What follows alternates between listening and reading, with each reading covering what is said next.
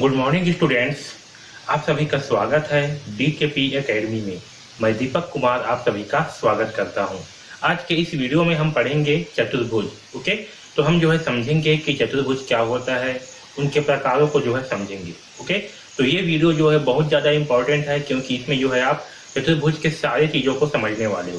Okay, क्योंकि जब तक आप चतुर्भुज को नहीं समझोगे, उसके प्रकारों को नहीं समझोगे, आगे आपसे प्रश्न नहीं बनेगा।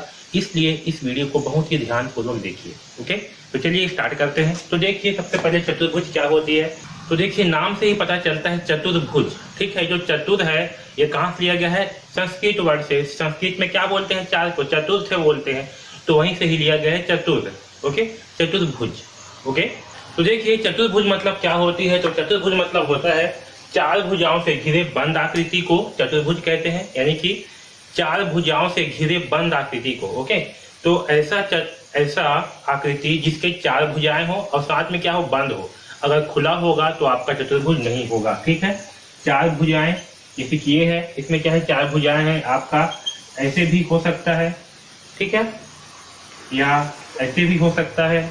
तो जिसमें चार भुजाएं हैं और क्या हो? आकृति जो है वो बंद हो। ठीक है, अगर ये ऐसे खुल गया है, ठीक है, ऐसे इसमें भी चार भुजाएं लेकिन क्या खुला है, तो ये आपका चतुर्भुज नहीं कहलाएगा। ये चार भुजाएं हैं लेकिन अगर यहाँ पर ऐसे खुला हुआ है तो ये आपका चतुर्भुज नहीं कहलाएगा। ओके, आया समझ में? तो ऐसी बंद आकृति जिसकी चार भुजाएं हो उसे हम क्या कहेंगे? चतुर्भुज कहेंगे। ओके, इतना तो सबको क्लियर हो गया। अब देखिए, चतुर्भुज में चार शीर्ष होते हैं। क्या होते हैं? चतुर्भुज में चार शीर्ष होते हैं, चार भुजाएं होती हैं, चार कोण होती हैं और दो विकर्ण होते हैं। ओके, तो अब समझते हैं कि शीर्ष क्या होता है, भुजा क्या होता है, कोण क्या होता है और विकर्ण क्या होते हैं। तो देखिए शीर्ष क्या होता है। ठीक है, शीर्ष मतलब क्या समझ में आ रहा है? सिर है ना, सिर टाइप का समझ में आ रहा है कुछ। तो देखिए शीर्ष क्या होता है। तो जैसे कि ये क्या है? एक चतुर्भुज है। ओके, इसे मैं नाम दे देता हूँ कुछ इस तरह से ABCD। चलो यहाँ पर तो बनाया हुआ है पहले से भी। ओके, तो देखिए शीर्ष क्या होगा? जहां पर जिस बिंदु पर दो भुजाएं मिलती है, ठीक है, जिस बिंदु पर दो भुजाएं मिलती है उस बिंदु को हम क्या कहते हैं? शीर्ष कहते हैं। जैसे कि यहाँ पर देखिए जो बिंदु A है, ठीक है, यहाँ पास आपका DA भुजा मिल रहा है और BA भुजा मिल रहा है, यहाँ पास है ना, मिल रहा है ना। तो आपका A पॉइंट क्या होगा? जो A बिंदु है क्या होगा? ये आपका शीर्ष होगा। इसमें शीर्ष क्या क्या है? A है। वैसे ही B में क्या मिल रहा है? आपका AB भुजा मिल रहा है और CD भुजा मिल रहा है। ओके, तो आपका B भी क्या होगा? शीर्ष होगा। इसी प्रकार से ये C भी क्या होगा? शीर्ष। यहाँ पर BC मिल रहा है और DC मिल रहा है ना, तो C भी क्या होगा? आपका शीर्ष होगा। इसी प्रकार से CD, इस D बिंदु पर क्या हो रहा है? CD मिल रहा है और AD मिल रहा है, तो आपका D बिंदु भी क्या होगा? शीर्ष होगा। तो इस प्रकार से चतुर्भुज में कितने शीर्ष होते हैं? चतुर्भुज में चार शीर्ष होते हैं। ओके, इसे ध्यान में रखना कि कितने शीर्ष होते हैं? चार। तो जिस भी बिंदु पर अगर कोई भुजा मिल रहे हैं तो उस बिंदु को क्या बोलेंगे? शीर्ष बोलेंगे। ओके, अब देखिए दूसरा समझते हैं भुजा। तो भुजा तो जानते हो, भुजा क्या होती है? ये जो भुजा है, ये जो रेखाखंड है, इसे हम क्या बोलते हैं? भुजा कहते हैं। ओके, इसमें भुजा क्या क्या होंगे? तो इसमें भुजा है आपका AB भुजा होगा। ठीक है, देखिए भुजा में क्या क्या होगा? आपका AB, ये क्या है? एक भुजा है। ओके, इसी प्रकार से BC, ये भी क्या है? भुजा है। इसी प्रकार से आपका CD, ये भी क्या है? एक भुजा है। और आपका DA, ये भी क्या है? एक भुजा है। ओके, तो चतुर्भुज में कितने भुजाएं होते हैं? तो चतुर्भुज में चार भुजाएं होती है। ओके, जितने भी चतुर्भुज होंगे सब में चार भुजाएं होंगी। ये इनके भुजाएं हैं। ओके, इतना क्लियर हुआ सबको? अब देखिए इसमें कोण क्या होंगे? तो इसमें कोण है आपका, एक तो यह होगा कोण A होगा। ठीक है, यहाँ पास होगा कोण, यहाँ पर दो भुजाएं एक निश्चित। देखिए इसमें कोण क्या होंगे? इसमें आपका ये वाला कोण होगा, एक A कोण, और ये आपका क्या होगा? B कोण। ठीक है, वैसे ही ये आपका C कोण होगा और ये आपका D कोण होगा। ठीक है, तो देखिए चतुर्भुज में कोण कौन कौन से होंगे? तो चतुर्भुज में चार कोण होंगे। ये आपका A कोण, ठीक है, जहाँ पास दो भुजाएं मिल रही हैं, ठीक है, उसके बीच में जो कोण बन रहा है, एंगल बन रहा है, क्या है? आपका कोण, आपका A कोण। वैसे ही यहाँ पास क्या होगा? कोण B। यहाँ पास क्या होगा? कोण C। और यहाँ पास क्या होगा? कोण D। तो ये चार प्रकार के चतुर्भुज में कोण होंगे। ओके, कोण समझ में आ गया। अब देखिए इसमें विकर्ण क्या होंगे? तो अगर हम A बिंदु को बिंदु C से मिलाएं, ठीक है, A बिंदु से एक लाइन खींचते हुए बिंदु C को मिलाएं और B बिंदु से अगर बिंदु D को मिलाएं या फिर D से B को मिलाएं, तो ये जो लाइन है, ठीक है, ये आपका क्या कहलाएगा? ये जो है आपका रेखा, ये जो है आपका विकर्ण कहलाएगा। क्या कहलाएगा? विकर्ण। ठीक है, तो कोई भी चतुर्भुज है उसमें दो विकर्ण होते हैं। ठीक है, इसमें जो है दो विकर्ण है, कौन कौन सा? एक आपका एसी विकर्ण और दूसरा है बीडी विकर्ण। ओके, तो यहाँ पास लिख देता हूँ मैं विकर्ण। विकर्ण कौन कौन से होंगे? एसी, ठीक है, और आपका बीडी। ओके, अगर चतुर्भुज में नाम अलग होगा तो इसका नाम भी जो है चेंज हो जाएगा। बाकी विकर्ण क्या होता है? इस कोने से इस कोने को मिलाएंगे, इस कोने से इस कोने को मिलाएंगे तो आपका जो है विकर्ण कहलाता है। ओके, तो इतना सारी चीजें जो है सबको अच्छे से आ गया समझ में। अब चलिए आगे बढ़ते हैं। तो देखिए चतुर्भुज की सम्मुख भुजाएं। ओके, ये जो चतुर्भुज है इसकी सम्मुख भुजा क्या होगा? अब सम्मुख मतलब क्या समझ में आता है? सम, मुख, है ना। सम यानी कि समान, मुख यानी कि मुख। ओके, यानी कि अगर दोनों जो है, दोनों का मुख जो है समान हो, आमने सामने में हो, उसे क्या कहेंगे? सम्मुख कहेंगे। तो देखिए सम्मुख मतलब क्या होगा? जैसे कि ये भुजा है आपका ए बी, इसके सम्मुख में कौन सा भुजा होगा? तो सम्मुख में होगा सीडी भुजा। सम्मुख यानी कि सामने। ओके, सम्मुख मतलब क्या? उसके सामने। तो ये जो ए बी भुजा है इसके सामने क्या भुजा है? सीडी। तो इन दोनों को क्या बोलेंगे हम? ये दोनों जो है सम्मुख भुजा में है। ए बी का सम्मुख होगा सीडी और सीडी का सम्मुख होगा ए बी। इसी प्रकार से जो एडी है इसका सम्मुख क्या होगा? बीसी। ओके, या तो हम बोलेंगे कि डीए का सम्मुख क्या होगा? सीबी। आया समझ में? तो ये जो है क्या है? सम्मुख भुजाएं हैं। इस प्रकार की भुजाओं को हम क्या कहते हैं? सम्मुख भुजा कहते हैं, जो आमने सामने में होती है। इस प्रकार की भुजा को सम्मुख भुजा कहते हैं। तो देखिए सम्मुख भुजा क्या होगी? चतुर्भुज की जिन दो भुजाओं में कोई उभयनिष्ठ बिंदु नहीं होता है उन्हें सम्मुख भुजाएं कहते हैं। ये परिभाषा है, ठीक है, ये थोड़ा सा कठिन टाइप का लग रहा है, फिर भी समझिए क्या बोल रहा है इसमें कि जिन दो भुजाओं में कोई उभयनिष्ठ बिंदु नहीं होता। ठीक है, जैसे कि ये भुजा है और ये भुजा है, ये एक चतुर्भुज है, इसमें चार भुजाएं हैं, आपको पता है। एक आपका ए बी भुजा और ये बीसी भुजा। तो देखिए जो ए बी भुजा है और ये जो बीसी भुजा है, इसमें आपका बिंदु बी, ये बिंदु बी क्या है? आपका दोनों में उभयनिष्ठ है, यानी कि दोनों में है ना। तो चतुर्भुज की ऐसी भुजा जिसमें कोई बिंदु उभयनिष्ठ ना हो, यानी कि कोई भी बिंदु जो है एक साथ ना हो, उस प्रकार की भुजा को क्या कहते हैं? सम्मुख भुजा कहते हैं। तो ये जो ए बी भुजा है और ये जो सी डी भुजा है, इन दोनों में कोई भी बिंदु क्या है? उभयनिष्ठ नहीं है, इसलिए ये दोनों भुजा क्या होंगे? सम्मुख भुजा होंगे। इसी प्रकार से डीए का सम्मुख होगा सीबी भुजा। आया समझ में इतना? अब चलिए आगे बढ़ते हैं। तो देखिए इसमें सम्मुख भुजाएं दो भुजा होंगी, कौन कौन सी? एक आपका ए बी का सम्मुख होगा सी डी, ठीक है, ये ए बी है, इसका सम्मुख होगा सी डी, और दूसरा जो है आपका एडी का सम्मुख होगा बीसी। ओके, आया समझ में? तो ये जो है क्या है? सम्मुख भुजाएं। अब देखिए दूसरा जो है चतुर्भुज की आसन्न भुजा। आसन्न को हम संलग्न भुजा कहते हैं। अब देखिए संलग्न से ही समझ में आ रहा है, संलग्न यानी कि साथ में लगा हुआ, है ना, लग रहा है ना, वैसे संलग्न बोलने से ही साथ में लगा हुआ। आसन्न बोलने से कुछ अलग लग रहा है, लेकिन संलग्न बोलने से लग रहा है कि साथ में लगा हुआ। तो देखिए क्या होती है, चतुर्भुज की जिन दो भुजाओं का उभयनिष्ठ सीमांत बिंदु उभयनिष्ठ होता है उसे आसन्न भुजाएं या संलग्न भुजाएं कहते हैं। ओके, तो अब देखिए इसमें क्या बोल रहा है कि चतुर्भुज की जिन दो भुजाओं का उभयनिष्ठ सीमांत बिंदु उभयनिष्ठ हो, यानी कि जिसमें जो है कोई एक बिंदु क्या हो? उभयनिष्ठ हो।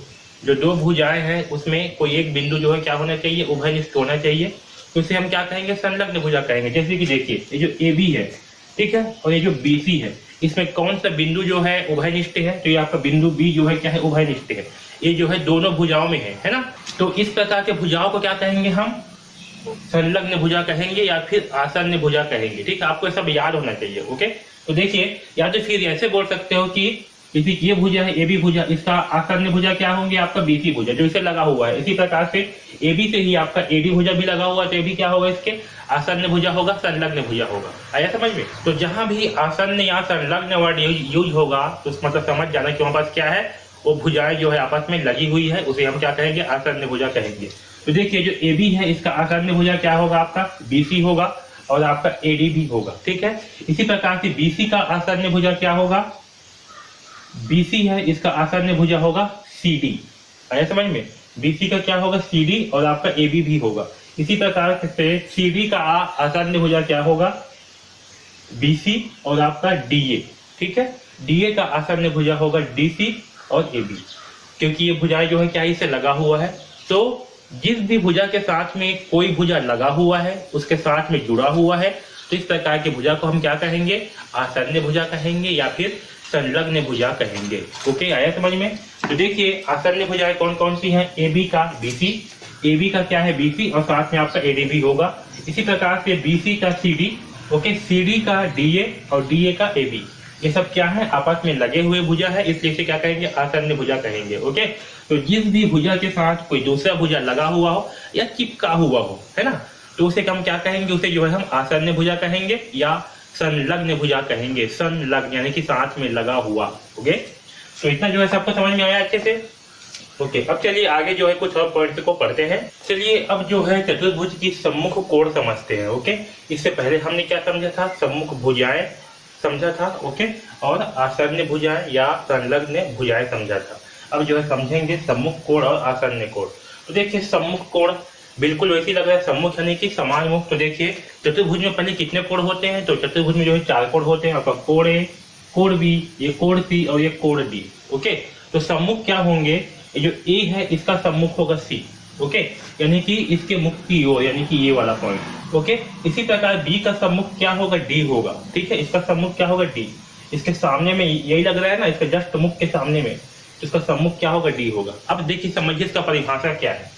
तो चतुर्भुज के ऐसे दो कोण जिनके प्रतिच्छेदन में उनकी भुजा ना आए, उन्हें सम्मुख कोण कहते हैं। यानी कि चतुर्भुज के ऐसे दो कोण जिनके प्रतिच्छेदन में, जैसे कि आपका यहाँ पर DA है, ठीक है, क्या है DA और ये क्या है AB, ये DAB। तो ये DAB में क्या हो रहा है, AB जो है और ये जो AD है, ये दोनों क्या कर रहे हैं, एक दूसरे को प्रतिच्छेद कर रहे हैं। यानी कि ये जो आपका DA भुजा है और एक आपका ये BA भुजा है, ये दोनों भुजाएं क्या कर रही है, इस बिंदु B पर, बिंदु A पर जो है प्रतिच्छेद कर रही है और यहाँ पर जो है कोण बना रहे हैं। तो चतुर्भुज के ऐसे दो कोण जिनके प्रतिच्छेदन में ये जो भुजाएं हैं ये समान ना हो। ठीक है, जिनके प्रतिच्छेदन में क्या हो, मतलब जो कोण बना रहे हैं, जिन दो भुजाओं से कोण बन रहा है वो भुजा जो है दोनों कोण में ना हो, इस प्रकार के कोण को क्या कहते हैं, सम्मुख कोण कहते हैं। जैसे कि आपका ये AD है और यह AB। ठीक है, इन दो भुजाओं से क्या कोण बन रही है, कोण A बन रहा है। और इसी प्रकार से यहाँ पास DC और AB है, ये आपका DCB, ये जो DC भुजा है और ये आपका BC भुजा है, इससे क्या बन रहा है, कोण D बन रहा है। तो ये जो दोनों कोण बन रहे हैं, इसमें और इसमें, इन दोनों कोणों में कोई भी भुजा जो है उभयनिष्ठ नहीं है। इसमें आपका ये DA भुजा अलग है, BA भुजा ये अलग है ना, मतलब इन दोनों के प्रतिच्छेदन से, दोनों के मिलने से जो है कोण A बन रहा है। और इन दोनों भुजाओं के अलग भुजा से आपका DC भुजा और आपका BC भुजा, इससे बन रहा है कोण C। ठीक है, तो इस प्रकार के कोण को हम क्या कहेंगे, तो इस प्रकार के कोण को जो है हम सम्मुख कोण कहेंगे। ओके, यानी कि दोनों का मुख क्या है, एक साइड है, उसे हम सम्मुख कोण कहेंगे। तो ये आपका कोण A और कोण C क्या है, सम्मुख कोण है। इसी प्रकार से ये कोण B और कोण D भी क्या होगा, सम्मुख कोण होगा, क्योंकि इन दोनों के बंधों में अलग अलग भुजाएं का उपयोग होता है। इन दोनों कोणों को बनाने में कोई भी भुजा जो है वो उभयनिष्ठ नहीं होता, दोनों में कॉमन नहीं होता। ओके, तो ये तो हुआ आपका सम्मुख कोण। तो कोण A व कोण C, कोण A व कोण C, कोण B व कोण D क्या होंगे, सम्मुख कोण होंगे। अब देखिए चतुर्भुज के आसन्न कोण। ओके, आसन्न कोण को जो है हम संलग्न कोण भी कहते हैं। क्या कहते हैं, संलग्न कोण। तो संलग्न मतलब क्या समझ में आ रहा है, जो साथ में लगा हुआ है ना। तो देखिए चतुर्भुज के ऐसे दो कोण जिनके प्रतिच्छेदन में उनकी कोई भुजा आ जाए, उन्हें आसन्न कोण कहते हैं। यानी कि जैसे कि आपका ये देखिए यहाँ पास कुछ इस प्रकार से है। ठीक है, ये आपका DAB, इसे जो है C मानते हैं। ठीक है, अब देखिए यहाँ पास क्या है आपका DAB। ठीक है, इससे बन रहा है कोण A, है ना। आपका DB भुजा, इसमें क्या है, DB भुजा है और AB भुजा। ठीक है, यहाँ से बन रहा है कोण A। अब देखिए ABC, इससे बनेगा कोण B। ठीक है, तो ये जो कोण A बन रहा है और जो कोण B बन रहा है, इसमें ये जो आपका AB भुजा है, ये दोनों में क्या है, उभयनिष्ठ है, दोनों में है ना। इसी का आपका कोण A बन रहा है, तो कोण A में क्या क्या भुजा है, तो कोण A के लिए जो है आपका DA भुजा है और एक जो है आपका AB भुजा है ना। इसी प्रकार से जब कोण B बन रहा है, तो कोण B बनने के लिए क्या है, आपका AB भुजा है, ये AB भुजा और एक आपका BC भुजा।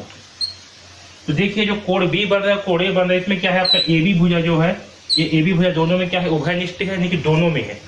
ओके, तो इस प्रकार से जो कोण बनते हैं जिसमें एक भुजा क्या हो, दोनों में उभयनिष्ठ हो, दोनों में कॉमन हो, इस प्रकार की कोण को हम आसन्न कोण कहते हैं या संलग्न कोण कहते हैं, क्योंकि उसमें एक भुजा क्या होगा, उभयनिष्ठ होगा। आया समझ में।